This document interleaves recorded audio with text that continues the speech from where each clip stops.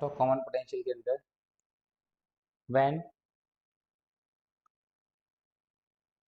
two bodies when two bodies are being in contact with each other, when two bodies are brought in contact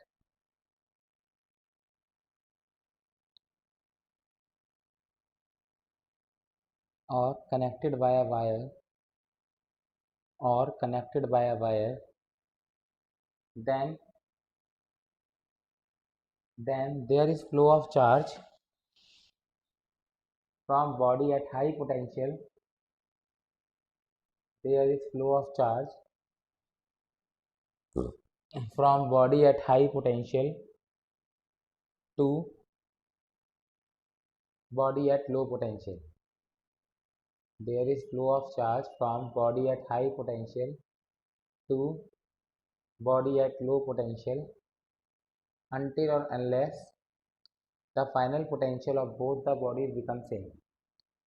Until or unless the final potential of both the bodies becomes same. मतलब आप ऐसा समझिए बेटा कि आपके पास ये एक body है जिसका चार्ज है Q1, ये एक बॉडी है जिसका चार्ज है Q2.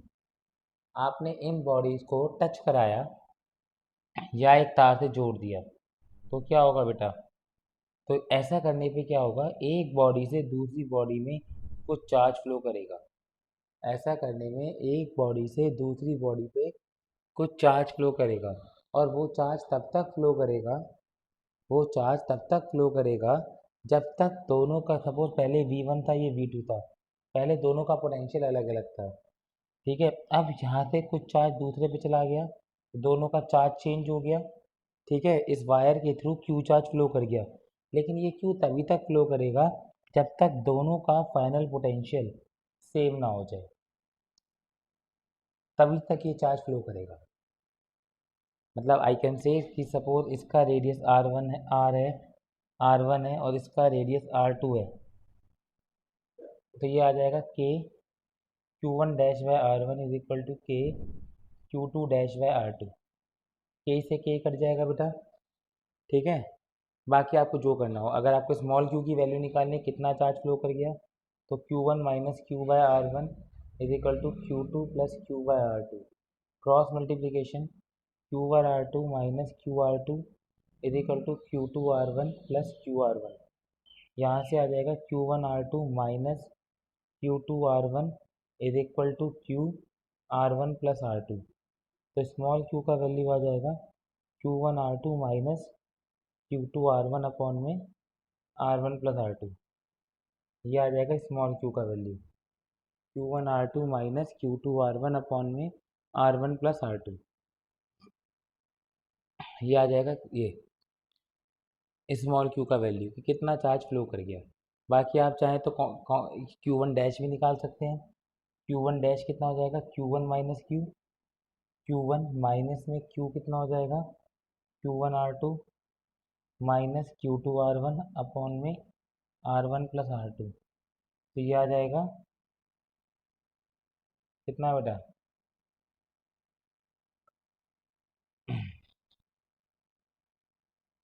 कितना आ जाएगा बेटा? एलसीएम लेंगे तो it will be equal to Q1R1 plus Q1R2 minus Q1R2 plus Q2R1 upon में R1 प्लस R2. इससे ये कट जाएगा तो बचेगा क्या, R1 Q1 प्लस Q2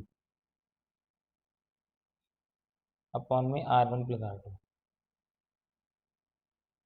ठीक है, सिमिलरली आप Q2 निकालोगे तो Q2 डैश कितना हो जाएगा, Q2 प्लस Q. अगर आप इसमें ये वैल्यू डालोगे तो आंसर कितना आएगा, R2 Q1 plus Q2 upon R1 plus R2. SIM solve करके आ जाएगा बस, R1 की जगह R2 आ जाएगा, नीचे दोनों का सम. अगर आप सॉल्व करेंगे तो ये आंसर आ जाएगा. This is called the concept of common potential. इसके ऊपर बोर्ड में क्या क्वेश्चन आया बेटा लिखिए.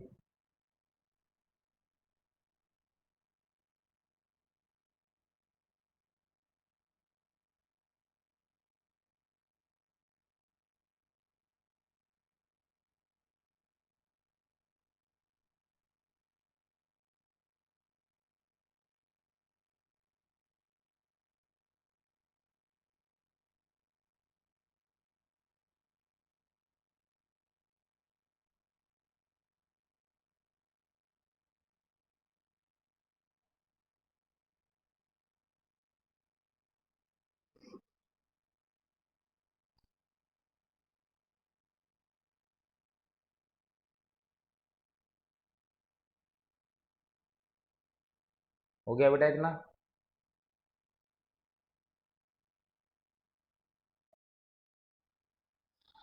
क्वेश्चन लिखिए बेटा। There are two sphere of radius a and b. There are two spheres of radius a and b are connected by a wire. Are connected by a wire. Find the ratio of electric field at their surfaces. Find the ratio of electric field at their surfaces in terms of radius only. Find the ratio of electric field at their surfaces in terms of radius only. In terms of radius only.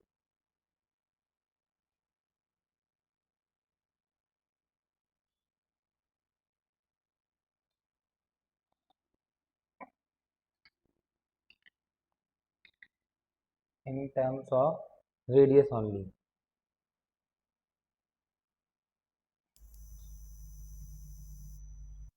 देखिए बेटा question क्या है।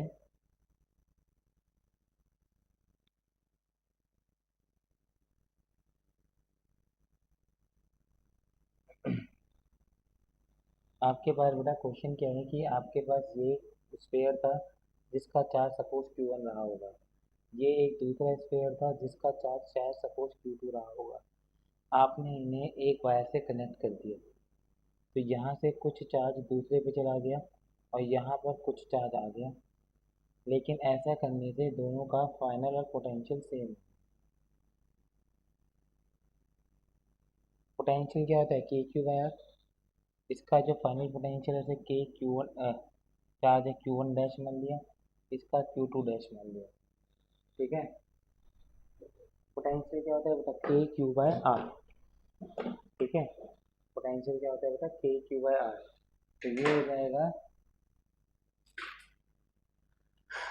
हो जाएगा बेटा के Q1 dash by ए। इसका radius ए दे रखा था, इसका रेडियस बी दे रखा था। के Q2 डैश बाय बी, तो Q1 dash by Q2 dash कितना आ जाएगा? A by B. Q1 dash by Q2 dash कितना आ जाएगा? नहीं बेटा, वीडियो साफ होगी, ऐसा कैसे? अब साफ हो गई? हाँ, तो बेटा दोनों का पोटेंशियल सेम होगा। पोटेंशियल होता है के क्यू बाय आर, तो K Q1 dash by A equal to होगा K Q2 dash bye B. तो Q1 बाय Q2 का मेरा रेशियो आ गया ए बाय बी। लेकिन उसने चार्ज का रेशियो नहीं पूछा बेटा, उसने पूछा इलेक्ट्रिक फील्ड का रेशियो। उसने पूछा है बेटा इलेक्ट्रिक फील्ड का रेशियो। तो E1 by E2, electric field का फॉर्मूला क्या होता है? K Q by are square. तो ये हो जाएगा के Q1 डैश बाय ए का होल स्क्वायर अपॉन में के Q2 डैश अपॉन बी का होल स्क्वायर। तो ये आ जाएगा बेटा Q1 डैश का स्क्वायर अपॉन के क्यू बाय आर स्क्वायर था, सॉरी फॉर्मूला अगर लगा दिया मैंने इलेक्ट्रिक फील्ड का। E1 बाय E2 होता है K Q by are square. ये हो जाएगा के Q1 डैश अपॉन में ए स्क्वायर इंटू में के Q2 डैश अपॉन में बी स्क्वायर। ये आ जाएगा Q1 dash upon Q2 dash into में B square upon A square. लेकिन हमने फर्स्ट इक्वेशन में निकाला है कि Q1 dash upon Q2 dash A by B है, तो E1 by E2 is equal to A by B into में B square by A square. तो ये आ जाएगा बेटा B bye A. E1 by E2 कितना आ जाएगा बेटा? बी बाय ए।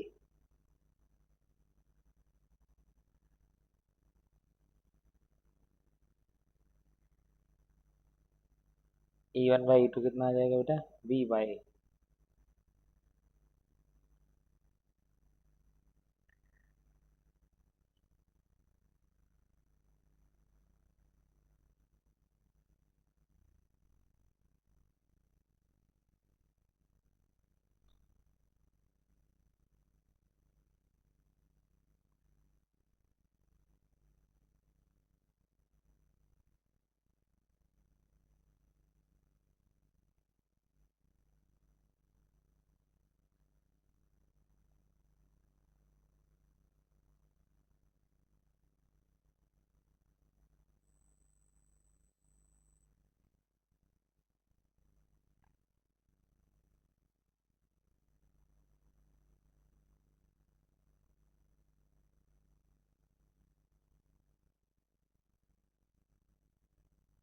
हो गया बेटा।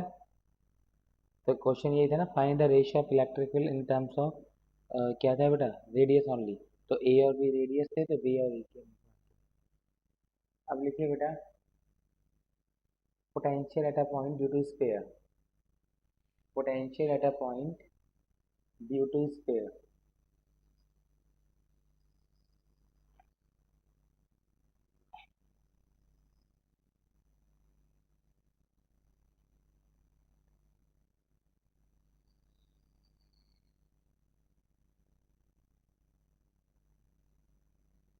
Potential at a point due to sphere. देखिए बेटा, किसी एक पॉइंट पर स्फीयर के कितना potential, potential at a point due to sphere. देखिए बेटा,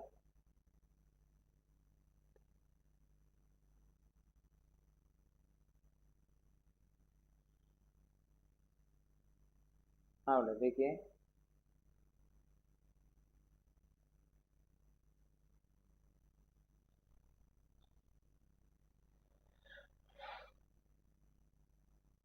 ये आपका एक स्फीयर है। You are supposed to find the potential at 3 points. At point P1 outside the body, at point P2 on the body on the sphere, और इसका जो ये है at point P3 inside the sphere, at point P3 inside the sphere। ये जो यहाँ पर जो R है वो रेडियस के बराबर है, इसका जो डिस्टेंस है वो रेडियस से बड़ा है, इसका जो डिस्टेंस है वो रेडियस से छोटा है। तो अगर मैं P1 पॉइंट की बात करता हूँ, तो बेटा इसका जो चार्ज है वो पूरा का पूरा जो चार्ज है वो Q है, इसका रेडियस R है। Potential at P1 is K Q put at point P1 outside the sphere, R greater than R। Potential at P1 कितना आ गया, K Q1 बार, पोटेंशियल का फॉर्मूला K Q बार होता है। खत्म कर लीजिए, ठीक है। At point P2 on the sphere, at point P2 on the sphere, जो R है वो रेडियस के बराबर है। तो potential at P2 is K Q by, इसका डिस्टेंस कितना था बेटा, रेडियस, तो अपॉन में रेडियस आ गया, ठीक है। मतलब आपको हिंदी में बताऊं तो ये है बेटा कि अगर आपको स्फीयर के बाहर पॉइंट पे पोटेंशियल निकालना है, तो अपॉन में क्या आता है, रेडियस, अपॉन में क्या आता है, डिस्टेंस, सॉरी। अगर आप स्फीयर के बाहर किसी पॉइंट पे पोटेंशियल निकालना चाहते हैं, तो अपॉन में क्या आता है, डिस्टेंस, ठीक है। अगर आप स्फीयर के ऊपर पोटेंशियल निकालना चाहते हैं, तो डिनोमीटर में क्या आता है, रेडियस। ध्यान रखना बेटा, स्फीयर के बाहर किसी पॉइंट पे पोटेंशियल निकालना है तो अपॉन में आता है डिस्टेंस, स्फीयर के ऊपर निकालना है तो अपॉन में आता है रेडियस, स्फीयर के अंदर निकालना है P3 पर, at point P3 inside the sphere, R less than R, at point P3 inside the sphere, R less than R।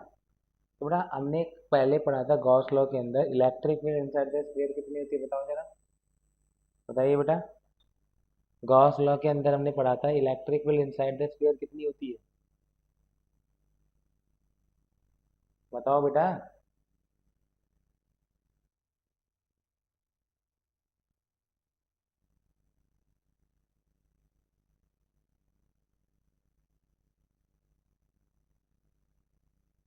कैसी होती है बेटा बताओ, electric field inside the sphere, Gauss law के एप्लीकेशन पढ़ा था बेटा, zero. Electric field inside the sphere कितनी होती है बेटा, जीरो। इलेक्ट्रिक फील्ड और पोटेंशियल का रिलेशन क्या होता है बेटा, E इजिकल टू, ये मैंने प्रूफ करा दिया नहीं कराया, पहले ये बताओ। लास्ट क्लास में ये चीज़ प्रूफ नहीं कराई, पक्का, मेरे को याद नहीं आ रहा है। E equal to minus dv by D R करा दिया, electric field always move toward decreasing potential, ठीक है, हो गया पक्का, ठीक है। तो E equal to minus dv by D R होता है, तो this implies zero equal to हो गया minus dv by D R. बेटा किसी का भी डेरिवेटिव कब जीरो आता है, जब वो टर्म क्या हो, कांस्टेंट। मतलब स्फीयर के अंदर पोटेंशियल कांस्टेंट होता है, उस कांस्टेंट की वैल्यू के क्यू अपॉन में रेडियस ही होती है। उस कांस्टेंट का वैल्यू के, मतलब अगर आपको स्फीयर की वजह से पोटेंशियल निकालना है तो अंदर निकालो या सरफेस में निकालो, अपॉन में डिनोमिनेटर में रेडियस ही आता है। लेकिन अगर आप बाहर निकालोगे तो अपॉन में क्या आता है, अब अपॉन में क्या आता है बेटा, पॉइंट का डिस्टेंस। तो अगर आप ग्राफ बनाओगे बेटा पोटेंशियल वर्सेस आर का, तो up to radius potential constant होता है के क्यू अपॉन में रेडियस, इनसाइड भी और ऑन द भी के क्यू अपॉन में रेडियस कांस्टेंट होता है। बाहर जाने पर पोटेंशियल डिक्रीज करता चला जाता है, बाहर जाने पर पोटेंशियल क्या करता है बेटा, डिक्रीज करता चला जाता है। Potential is inversely proportional to R, बाहर जाने पर potential is inversely proportional to R.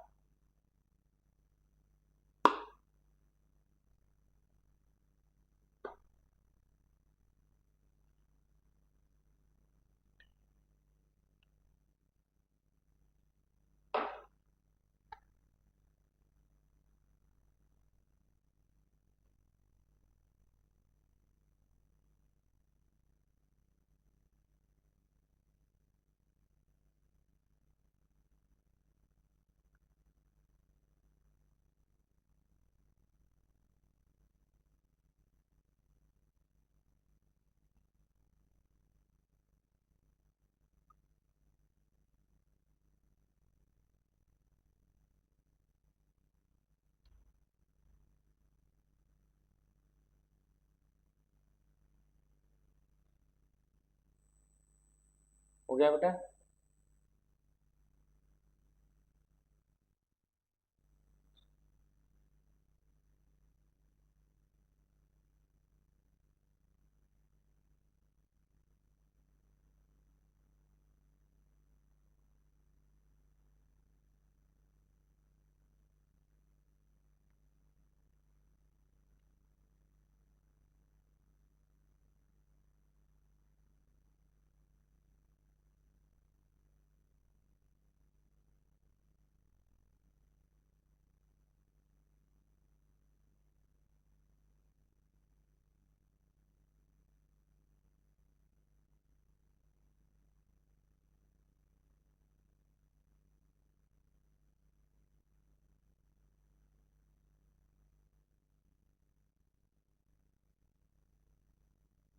हो गया बेटा note.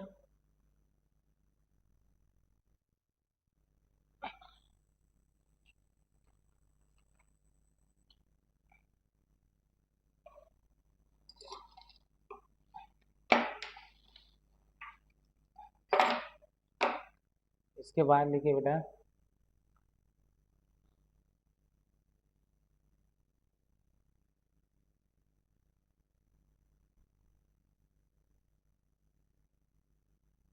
Potential,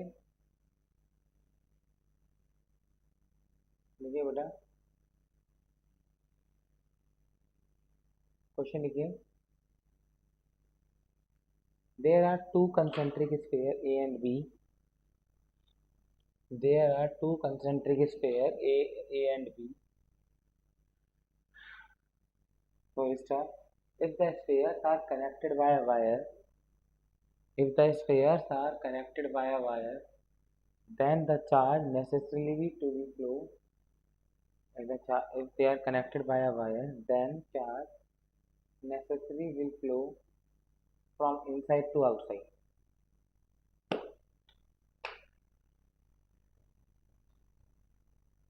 Charge will necessarily flow from inside to outside.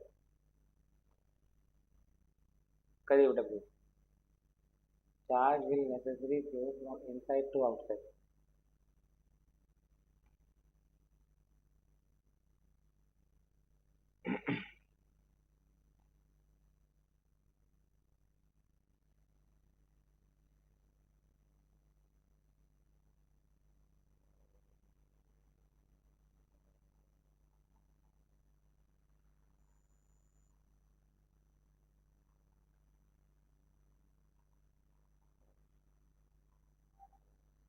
Charge will necessarily flow from inside to outside. मतलब बेटा व्हाट्स द क्वेश्चन,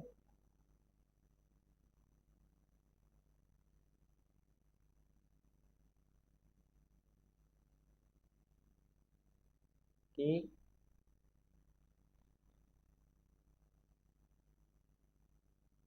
ये एक ए पॉइंट है और ये एक बी पॉइंट है। इसका इस पे डिस्टेंस ए है, इसका डिस्टेंस बी है, इस पे चार्ज प्लस क्यू वन है, इस पे चार्ज प्लस क्यू टू है। वो कहता है अगर मैं इन्हें तार से जोड़ूंगा, अगर मैं इन्हें तार से जोड़ दूंगा, चार्ज नहीं लगेगी।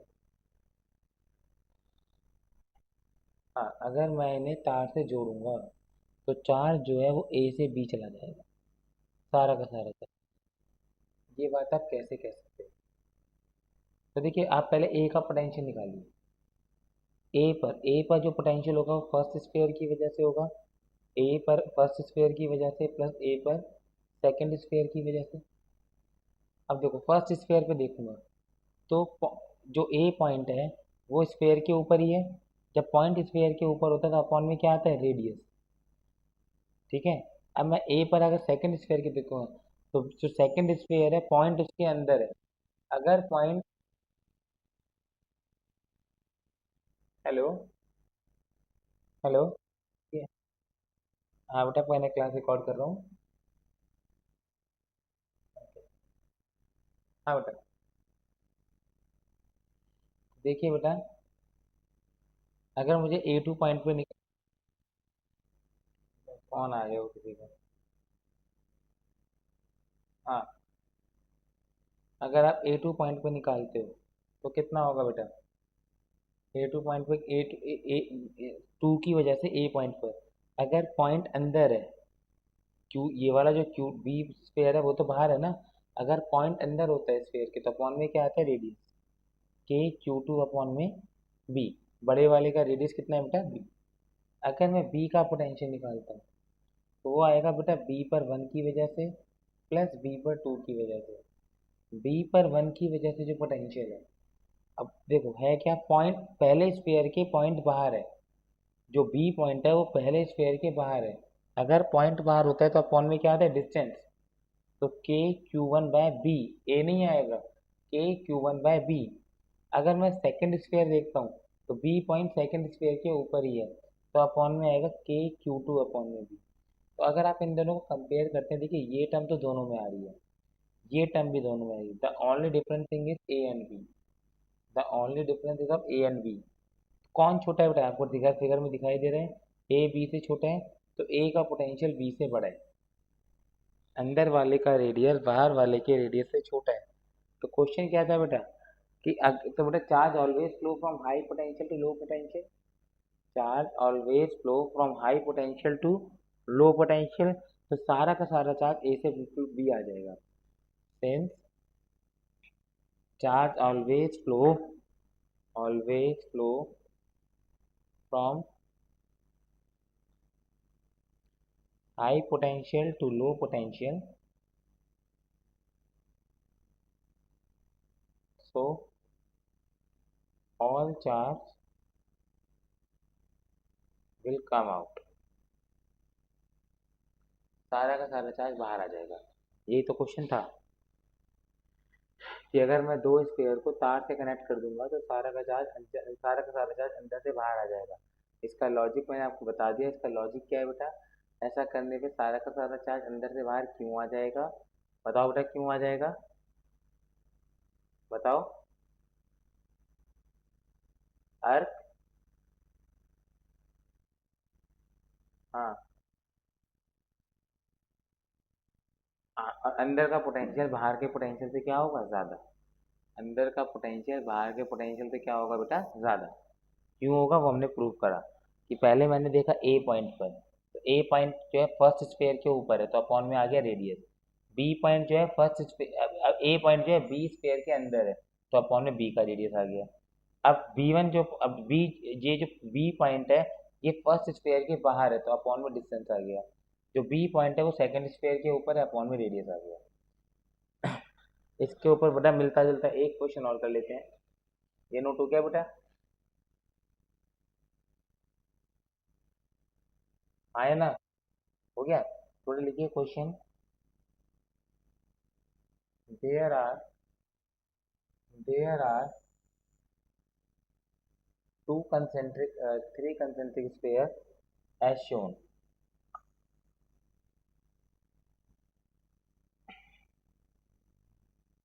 There are three concentric sphere A, B, C as shown. पहले का surface charge density plus sigma, दूसरे का माइनस सिग्मा, तीसरे का प्लस सिग्मा।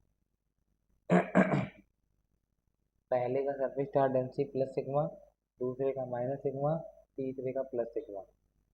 ठीक है, इसका रेडियस है A, इसका रेडियस है B और बाहर वाले का रेडियस है C। इफ क्वेश्चन है इफ VA बराबर VC है then find relation in ABC, relation in ABC radius. अरे अगर जो C है वो जो C है C का पोटेंशियल A के पोटेंशियल के बराबर है, तो ABC में रिलेशन निकालिए। थोड़ा देखिए कैसे करेंगे। A का पोटेंशियल तो A का जो यहाँ पर तीन स्केल है 1 2 3। अब जो A का पोटेंशियल होगा वो A पर 1 की वजह से, A पर 2 की वजह से, A पर 3 की वजह से, A पर 1 की वजह से, A पर 2 की वजह से, A पर 3 की वजह से। A पर 1 की वजह से कितना होगा बेटा, इसका चार्ज है Q1, इसका चार्ज है Q2, इसका चार्ज है Q3। पोटेंशियल होता है KQ by A, KQ1 by A। अब देखिए first point on the sphere है, मतलब पहले स्फीयर के ऊपर ही A पॉइंट आ रहा है। ठीक है, तो अपॉन में radius. A point second sphere के अंदर आ रहा है तो अपॉन में सेकंड का रेडियस, और A पॉइंट थर्ड स्फीयर के भी अंदर आ रहा है तो अपॉन में थर्ड का रेडियस। अगर आप A C का निकालेंगे, C पर 1 की वजह से, C पर 2 की वजह से, C पर 3 की वजह से, तो C पॉइंट पहले स्फीयर के बाहर आ रहा है। C पॉइंट पहले देखो C पॉइंट जो है वो पहले स्फीयर के बाहर आ रहा है तो अपॉन में क्या आएगा, पॉइंट की दूरी KQ1 अपॉन में पॉइंट का डिस्टेंस। ऐसे ही बेटा C पॉइंट सेकंड स्फीयर के बाहर आ रहा है, KQ2 अपॉन C का दूरी प्लस KQ3 अपॉन तीसरे का दूरी। अब बेटा VA VC के बराबर है, यस और नो। तो वो क्वेश्चन में कह रहा है VA जो है वो VC के बराबर है, तो बेटा VA को VC के अगर आप इक्वल पुट करते हो, अगर आप VA को VC के इक्वल पुट करते हो तो इक्वेशन क्या बनेगी बेटा, KQ1 by A plus KQ2 by B plus KQ3 by C is equal to KQ1 by C plus KQ2 by C plus KQ3 by C। इससे ये कट जाएगा, सारे K आपस में कट जाएंगे, इक्वेशन बचेगी Q1 by A plus Q2 by B is equal to Q1 by C plus Q2 by C। Q1 by A plus Q2 by B equal to बचेगा Q1 by C plus Q2 by C, है ना। Q1 by A plus Q2 by B equal to बचेगा Q1 by C plus Q2 by C। ठीक है, Q1 by A plus Q2 by B equal to बचेगा Q1 by C plus Q2 by C। तो ये बचेगा बेटा। अब charge क्या होता है, Q क्या होता है, सिग्मा ए। आपको दे तो सिग्मा सरफेस चार्ज डेंसिटी रखी थी ना, तो Q1 कितना होगा, sigma into 4 pi A²। Q1 हो जाएगा बेटा sigma into 4 pi A² upon में A। Q2 की डेंसिटी नेगेटिव है, minus sigma into 4 pi B² upon में B is equal to sigma into 4 pi A² upon C minus sigma. अगले page पे करता हूँ बेटा, तो आपकी इक्वेशन आ गई।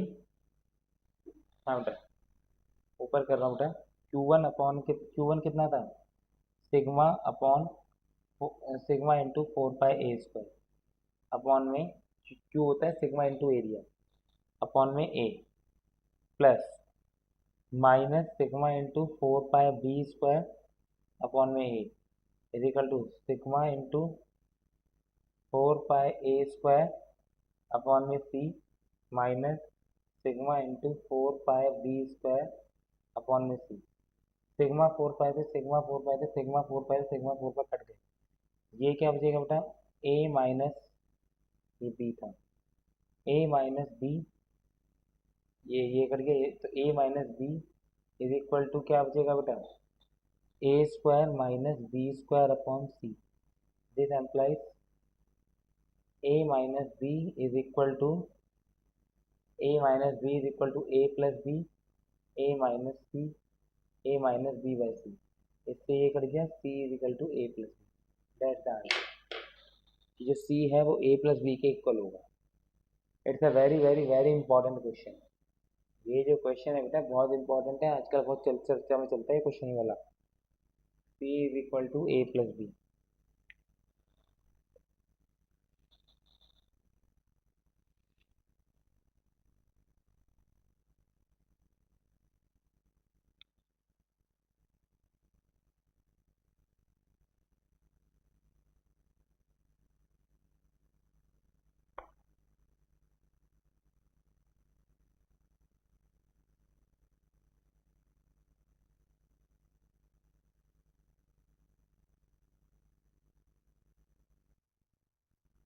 हाँ बेटा, देखिए आप इक्विपोटेंशियल सरफेसेस,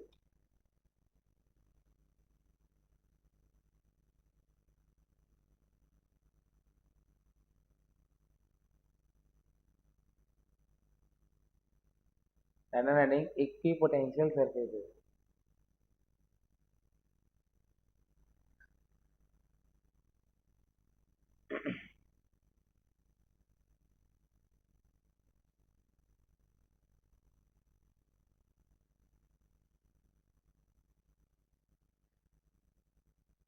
नोट हो गया बेटा ये?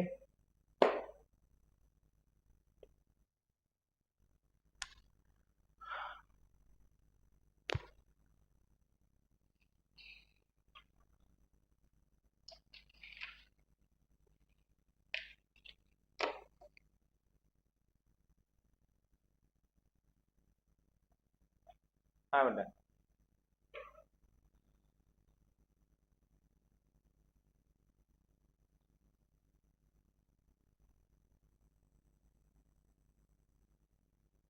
नाम बता रहा है बेटा इक्विपोटेंशियल सरफेस। ये वो सरफेस होते हैं जिनका पोटेंशियल सेम होता है। Down, these are the surfaces whose potential is same throughout, whose potential is same throughout। मतलब आप सपोज एक समझिए एक पॉजिटिव चार्ज है, तो पॉजिटिव चार्ज से इलेक्ट्रिक फील्ड लाइन जाती है बाहर की तरफ, पॉजिटिव चार्ज से इलेक्ट्रिक फील्ड लाइन जाती है बाहर की तरफ, ठीक है। पॉजिटिव चार्ज से तो एक, आप क्या करो, सपोज आपने आर को 1 मीटर मान लिया, तो यहाँ इस पॉइंट पे ये पोटेंशियल कितना हो जाएगा, पोटेंशियल होता है के क्यू बाय आर, तो आर तो 1 हो गया। यहाँ पर अगर मानता हूँ तो पोटेंशियल कितना हो गया, के क्यू। यहाँ मानूंगा तो भी पोटेंशियल कितना बचेगा, के क्यू। अगर मैं इन सबको जोड़ दूंगा तो क्या बनेगा, एक स्फेयर। क्या बनेगा बेटा, एक स्फेयर जिसका पोटेंशियल के क्यू होगा, जिसका पोटेंशियल क्या होगा बेटा, के क्यू, जिसका पोटेंशियल क्या हो जाएगा, के क्यू, पूरे सरफेस पर। ऐसे ही बेटा अगर मैं आर को 2 मीटर मान लूंगा तो एक स्फेयर बन जाएगा जिसका पोटेंशियल के क्यू बाई 2 होगा, ठीक है। अगर एक और मान लूंगा तो ऐसा बन जाएगा। तो ना आपको ये बात ध्यान रखनी है। तो आपसे पूछे पॉजिटिव चार्ज के इक्विपोटेंशियल सरफेस कैसे होते हैं, स्फेरिकल। और आपको अगर ड्रॉ करने के लिए कहे तो आपको याद रखना है, whenever you have to do equipotential surfaces, then at least you have to draw 3 surfaces। whenever you have to draw equipotential surfaces, then draw at least 3 surfaces। तब आपको कम से कम बेटा 3 सरफेस ड्रॉ करने होते हैं, ठीक है। इक्विपोटेंशियल सरफेस में आपको कम से कम बेटा 3 सरफेस ड्रॉ करने होते हैं, ठीक है। कम से कम 3, कम से कम 3 सरफेस, ठीक है। अब क्या होता है बेटा, सेम अगर नेगेटिव चार्ज का बनाओगे तो, सेम अगर नेगेटिव चार्ज का बनाओगे तो उसमें इलेक्ट्रिक फील्ड लाइन अंदर की तरफ आती है ना। Negative field line, electric field line अंदर की तरफ आती है। इसके एक की पोटेंशियल स्फेरिकली बनेंगे। बस होगा क्या यहाँ पर, अगर इसका पोटेंशियल V1 V2 V3 मान लेते हैं तो आपको लिखना पड़ेगा V1 बड़ा है V2 बड़ा है V3 से, और यहाँ पर अगर आप मान लेते हो ये V1 V2 V3, तो यहाँ पर V3 बड़ा है V2 से, ऐसा क्यों कह सकते हो आप? क्योंकि इलेक्ट्रिक फील्ड लाइंस हमेशा हाई पोटेंशियल से लो पोटेंशियल मूव करती है। इलेक्ट्रिक फील्ड लाइंस हमेशा यहाँ से अंदर से बाहर जा रही है, मतलब अंदर का बड़ा पोटेंशियल है, बाहर का कम है। तो V1 बड़ा हो गया, V2 बड़ा हो गया V3 से। यहाँ पर अंदर की तरफ आ रही है, अंदर की तरफ आ रही है मतलब बाहर का बड़ा हो गया अंदर से, और उसका अंदर का और छोटा। V3 बड़ा हो गया V2 से, V2 बड़ा हो गया V1 से। यस और नो?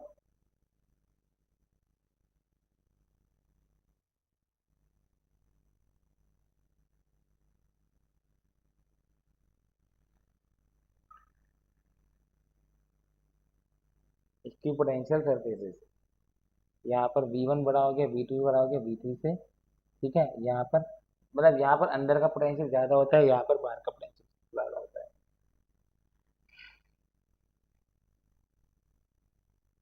तो characteristics of equipotential surfaces. Hello नडिंग, कैरेक्टरिस्टिक्स ऑफ इक्विपोटेंशियल सरफेसेस। क्या क्या कैरेक्टरिस्टिक्स होते हैं बेटा? Characteristics of equipotential surfaces. पहला, work done in moving a charge, work done in moving a charge on equipotential surface is zero. Work done in moving a charge on equipotential surface is zero. Work done in moving a charge on equipotential surface is zero. क्यों?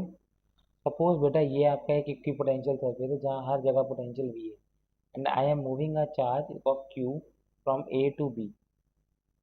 ठीक है, तो work done क्या होता है?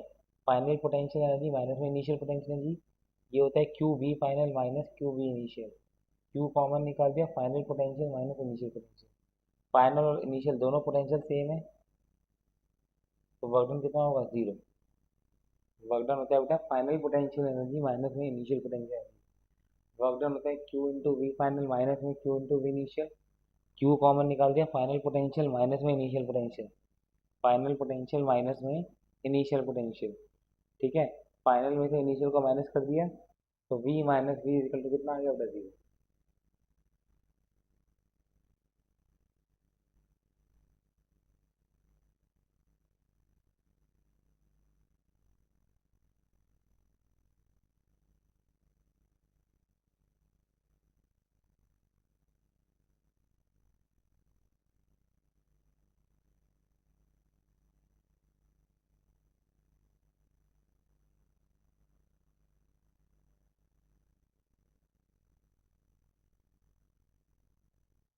ये हो गया बेटा। Second, second characteristic, electric field lines are always, बेटा देखो यहाँ पर कितने एंगल पर है इलेक्ट्रिक फील्ड लाइन और की पोटेंशियल सरफेस? 90 डिग्री पर। देखिए बेटा, electric field lines are always perpendicular to equipotential surfaces. Electric field lines are always perpendicular to equipotential surfaces. Electric field lines हमेशा इक्विपोटेंशियल सरफेस के परपेंडिकुलर होती हैं। Electric field lines are always perpendicular to equipotential surfaces. Electric field lines हमेशा equipotential surface के perpendicular होती हैं। ये बात आप कैसे कह सकते हो? प्रूफ क्या है इस चीज़ का? थोड़ा देखिए, ये सपोज आपका एक इक्विपोटेंशियल सरफेस है, ठीक है, और ये आपका एक इक्विपोटेंशियल सरफेस है बेटा, which is inclined at an angle theta with the electric field. ये आपका एक इक्विपोटेंशियल सरफेस है which is inclined at an angle theta with the electric field. तो you are moving a charge A, you are moving a charge, let us move a charge plus q, let us move a charge plus q from A to B on equipotential surface, on equipotential surface। Let us move a charge plus q from A to B on equipotential surface. बेटा work done होता है F S cos theta is equal to, लेकिन मुझे पता है work done zero है, मतलब cos theta zero, theta कितना आएगा 90 डिग्री। भाई फोर्स तो आपका ऐसा लगेगा parallel to the electric field, force always on the positive charge, force act in a direction parallel to the electric field. ठीक है, ये आपका डिस्प्लेसमेंट हो गया, फोर्स और एस के बीच का एंगल भी थीटा ही है, तो वर्क डन होगा एफ एस कॉस थीटा, तो theta will be 90 degree, theta will be 90 degree. This shows that electric field and displacement, electric field and surface are parallel perpendicular to each other. ये show करता है कि इसकी potential surface और electric field are perpendicular to each other.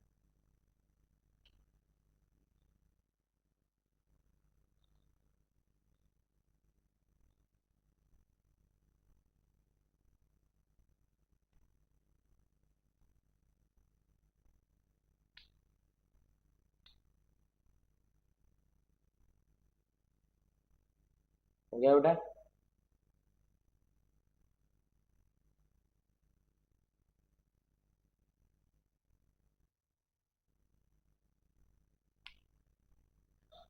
Third, equipotential surface can never intersect each other.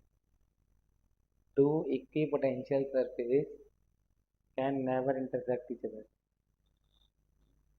Two equipotential surface can never intersect each other.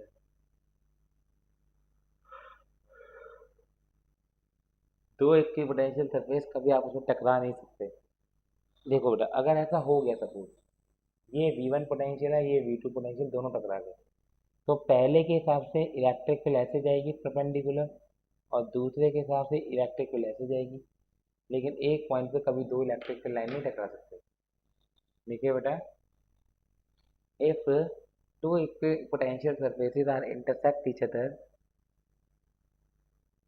then this shows, if two equipotential surfaces are intersecting each other, then it shows that two electric field lines, if two equipotential surfaces are intersecting each other, then this shows that two electric field lines are intersecting each other. If two equipotential surfaces are intersecting each other, then this shows that two electric field lines are intersecting each other, which is not possible. Which is not possible.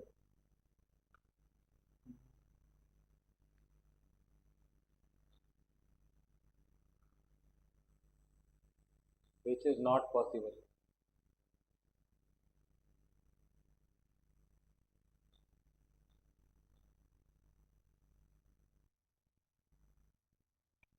हो गया बेटा?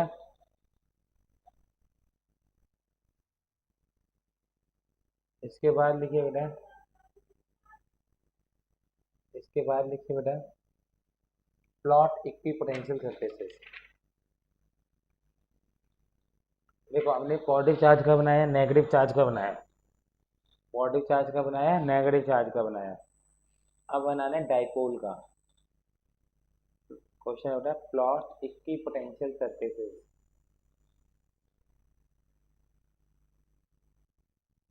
Plot या draw equipotential surfaces for dipole. अगर आपके पास positive और negative दोनों पड़े हैं तो कैसे बनेंगे? फॉर डाइपोल, ठीक है, और अगर दोनों पॉजिटिव चार्ज हो तो कैसे बनेंगे? ठीक है, तो कैसे बनाएंगे? इलेक्ट्रिक फील्ड लाइन ड्रॉ कीजिए। इलेक्ट्रिक फील्ड लाइन पॉजिटिव से नेगेटिव जाती है बेटा, इलेक्ट्रिक फील्ड लाइन पॉजिटिव से कहाँ जाती है? नेगेटिव। ठीक है,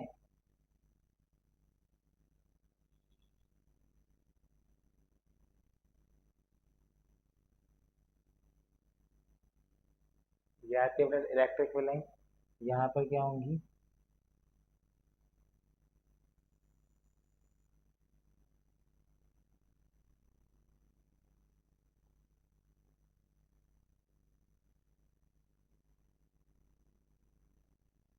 ये आएंगी बेटा, ठीक है। तो बस ई इजिकल टू क्या होता है, minus del V by del r. ये क्या शो करता है, d V by D r. मतलब ये इक्वेशन क्या है, क्या कहती है बेटा, कि smaller E large D R and vice versa, and vice versa. बेटा ये और मतलब जहाँ पर हाई ई होगा वहाँ डेल आर स्मॉल होगा। तो होता है क्या है बेटा, बीच में यहाँ पर दोनों की इलेक्ट्रिक फील्ड ऐड होंगी, तो बीच में इलेक्ट्रिक फील्ड यहाँ पर हाई होती है। तो अगर आप इक्विपोटेंशियल सर्फेस बनाते हैं तो इस तरफ गैप कम रखना है, इस तरफ ज़्यादा रखना है बेटा, ऐसे इस तरफ। जहाँ बीच में यहाँ पर इलेक्ट्रिक फील्ड हाई हो गई ना, तो इस तरफ ई गैप कम है, इस तरफ गैप ज़्यादा चल रहा है। यहाँ पर उल्टा हो गया, बीच में इलेक्ट्रिक फील्ड लो हो गई। इलेक्ट्रिक फील्ड लो होने का मतलब है इलेक्ट्रिक फील्ड अगर लेस है तो गैप ज़्यादा है, तो इसमें उल्टे बनेंगे, इस तरफ गैप ज़्यादा आएगा, ठीक है। और ये फिर कंबाइन हो जाएंगे, ये कंबाइन भी हो जाएंगे, ये बनेंगे इक्विपोटेंशियल सर्फेस, ठीक है। पहला केस, दूसरा केस, तीसरा केस। अगर आपको यूनिफॉर्म इलेक्ट्रिक फील्ड दे रखी है, अगर आपको यूनिफॉर्म इलेक्ट्रिक फील्ड दे रखी है,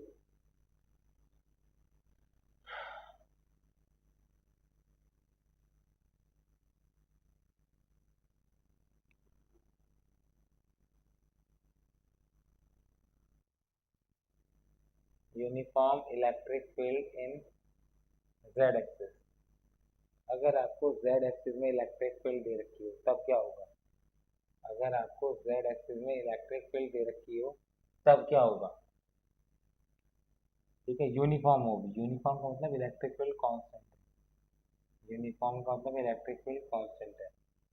तो इसमें क्या होगा बेटा, ये जेड एक्सिस है। तो बेटा अभी हमने पढ़ा equipotential surface are perpendicular to the electric field line, अभी हमने पढ़ा नहीं पढ़ा, equipotential surface are perpendicular to equipotential surface are perpendicular to electric field line.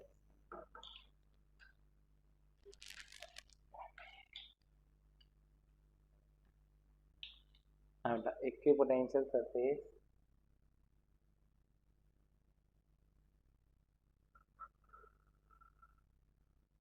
Are perpendicular to electric field line. तो होगा क्या, यहाँ पर any surface in X Y plane, कोई भी सरफेस बना दो एक्स वाई प्लेन में, एक्स वाई जो सरफेस प्लेन है वो जेड एक्स पे परपेंडिकुलर होगा ना, तो कोई भी सरफेस आप एक्स वाई प्लेन में बना दो वो एक इक्विपोटेंशियल सरफेस का काम करेगा। यहाँ पर अगर ये 3v 2v 1v है, तो ये वाला गैप क्या रहेगा, सेम रहेगा, d1 यहाँ पर d2 के बराबर आता है, ठीक है। एक और इसकी स्टेटमेंट आती है, electric field constant in Z axis increasing in magnitude, electric field constant in Z axis but increasing in magnitude. ऐसा कैसे हो सकता है, क्योंकि हो सकता है एक्स और वाई वैल्यू वैल्यू बढ़ रही है। क्वेश्चन क्या है, खाली जेड एक्सिस में कांस्टेंट है लेकिन ओवरऑल वैल्यू बढ़ रही है, तो यहाँ पर क्या आएगा बेटा, electric field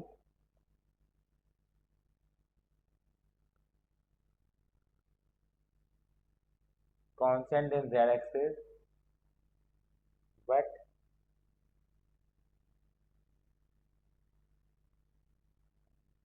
increasing in magnitude.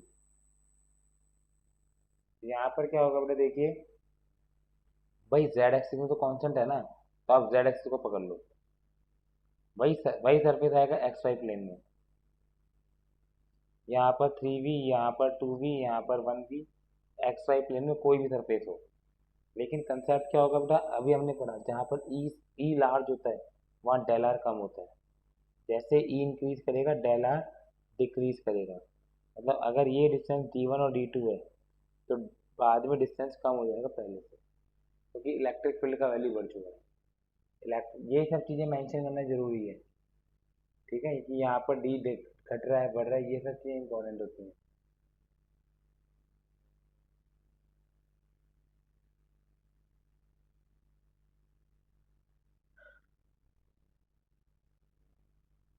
That's all about electric field. Equipotential surface के बारे में इतना ही लिखिए बेटा heading polarization and electric field. Polarization and electric field.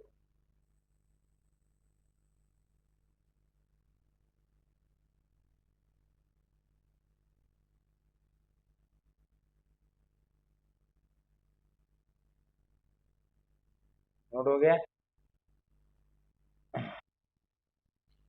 अब आता है बेटा पोलराइजेशन एंड इलेक्ट्रिक फील्ड। अब आता है बेटा पोलराइजेशन एंड इलेक्ट्रिक फील्ड।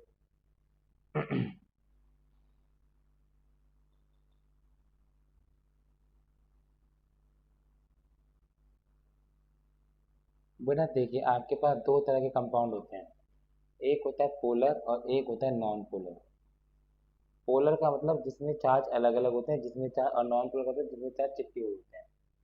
ठीक है, तो पहला केस है in absence of electric field, चाहे कोई भी हो।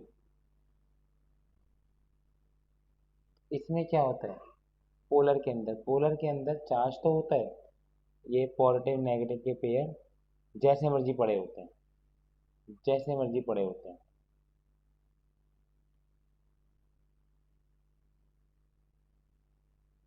ये होता है बेटा पोलर, ये होता है पोलर। ठीक है, नॉन पोलर का मतलब पॉजिटिव नेगेटिव चिपके हुए पड़े होते हैं, पॉजिटिव नेगेटिव चिपके हुए पड़े होते हैं। ये होता है, इसमें चार्ज अलग ही नहीं हुआ। भाई पोलर का मतलब क्या है, चार्ज सेपरेट हो गया। नॉन पोलर का मतलब चार्ज सेपरेट नहीं हुआ। ठीक है, तो होता है क्या है बेटा, अगर मैं इलेक्ट्रिक फील्ड लगा देता हूँ इन presence of external electric field, in presence of external field, in presence of external field, क्या होगा बेटा, एक्सटर्नल फील्ड की प्रेजेंस में बेटा पॉजिटिव चार्ज जो है इलेक्ट्रिक फील्ड की तरफ मूव करता है, नेगेटिव चार्ज इलेक्ट्रिक फील्ड के अपोजिट। पॉजिटिव चार्ज पे जो क्यू ई फोर्स लगता है वो अलोंग इलेक्ट्रिक फील्ड लगता है, नेगेटिव चार्ज पे जो फोर्स लगता है वो opposite direction of electric field लगता है।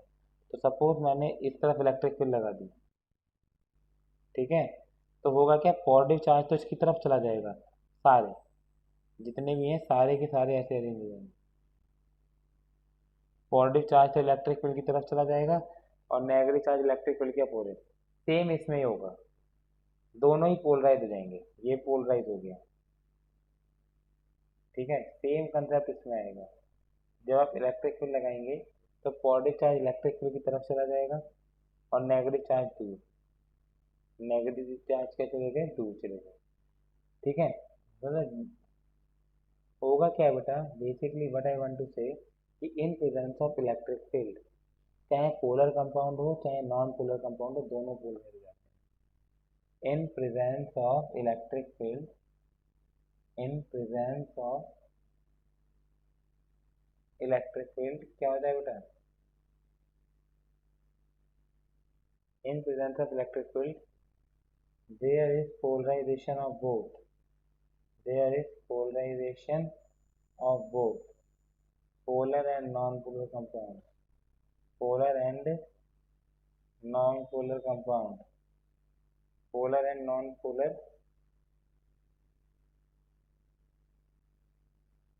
compound। एंड जितनी ज़्यादा इलेक्ट्रिक फील्ड लगाऊंगा उतनी ज़्यादा क्या होगी, पोलराइजेशन। कम लगाऊंगा कम पोलराइजेशन होगी, जितनी ज़्यादा इलेक्ट्रिक फील्ड लगाऊंगा उतनी ज़्यादा पोलराइजेशन होगी। तो पोलराइजेशन और इलेक्ट्रिक फील्ड आपस में डायरेक्टली प्रोपोर्शनल है। polarization of compound is directly proportional to its applied electric field। और यहाँ पर एक कांस्टेंट आएगा जिसे कहते हैं एक्स ई। एक्स होता है बेटा इलेक्ट्रिकल ससेप्टिबिलिटी, इलेक्ट्रिक ससेप्टिबिलिटी। फटाफट काम करिए, electric susceptibility, electric susceptibility, SUSCEPTIBILITY, electric susceptibility.